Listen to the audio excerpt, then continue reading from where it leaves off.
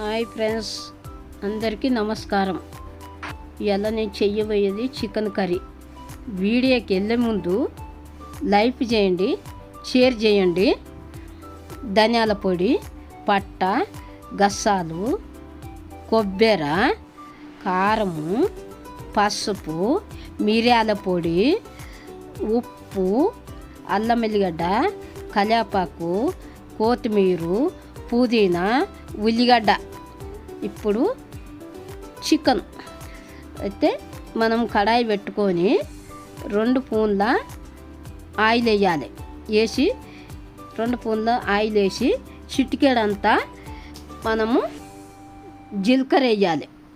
చిటికెడంతా జీలకర్ర వేసి అది చిట్టపట్ట అన్నప్పుడు మనము కోసి పెట్టుకున్న ఉల్లిగడ్డ ఇందులో వేయాలి.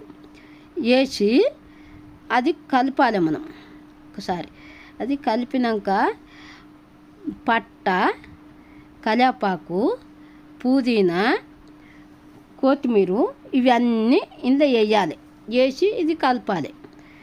కలిపినాక పసుపు పచ్చిగా లేకుండా పసుపును మంచిగా మనం కలపాలి.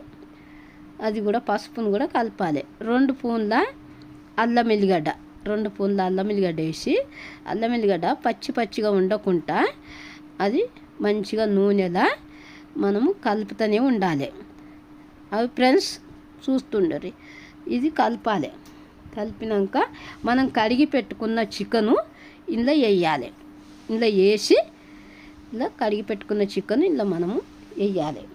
వేసి దాన్ని చికెను మనం ఒకసారి కలపాలి. దాన్ని అదంతా అట్లా కలపాలి. కలిపితే ముక్కకు అంతా అది పడుతుంది. ఇప్పుడు 1 స్పూను సాల్ట్ వేయాలి.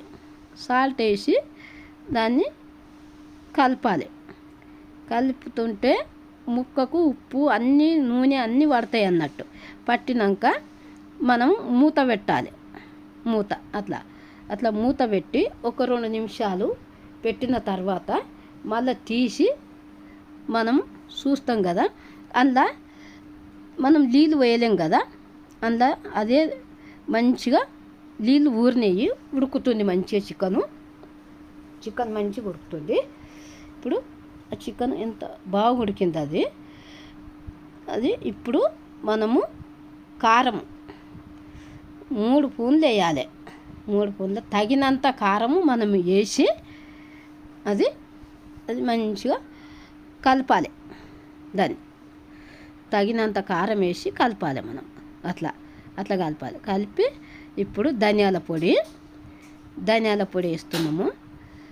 ధనియాల పొడి, మిరియాల పొడి, గసాలు, కొబ్బరి ఇవన్నీ మసాలాలు మనం ఇంట్లో చేసుకున్న మసాలాలే. ఇవన్నీ ఇంట్లో చేసుకున్న మసాలాలు మంచిగా మనము చికెన్లో వేసి కలిపి ఇప్పుడు అది గిన్నె అంటకుండా ఇప్పుడు 2 చెంబుల నీళ్ళు పోసి అది మంచిగా కలపాలి. ముక్కకు మంచిగా పట్టాలి. అంతా ఉప్పు కారం అన్ని మసాలాలు అన్నీ దానికి మంచిగా పట్టాలి. పట్టిన తర్వాత మనము మళ్ళా దీని మీద మూత అదంతా ముక్కకు అన్నీ సమానంగానే మనం మూత పెట్టుకున్నాక ఇప్పుడు ఫ్రెండ్స్ మంచిగా చూడండి. ఇప్పుడు మళ్ళీ ఒకసారి మూత తీసినాం కదా. అదంతా మంచిగా పట్టింది కదా. అట్లా చికెను అట్లా. ఇప్పుడు కొత్తిమీర వేసి 1-2 నిమిషాలు అట్లా అది కలపాలి. కలిపి ఇప్పుడు ముక్క ఉడికిందేమో చూద్దాం. మనము చూసి ముక్క ఉడికిందా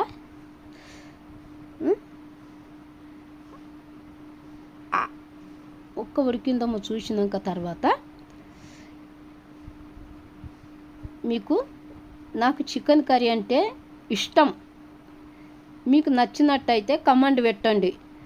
వీడియో సగం చూడకుండా ఫుల్గా చూడండి. ఇది కొత్త ఛానల్. నమస్తే ఫ్రెండ్స్.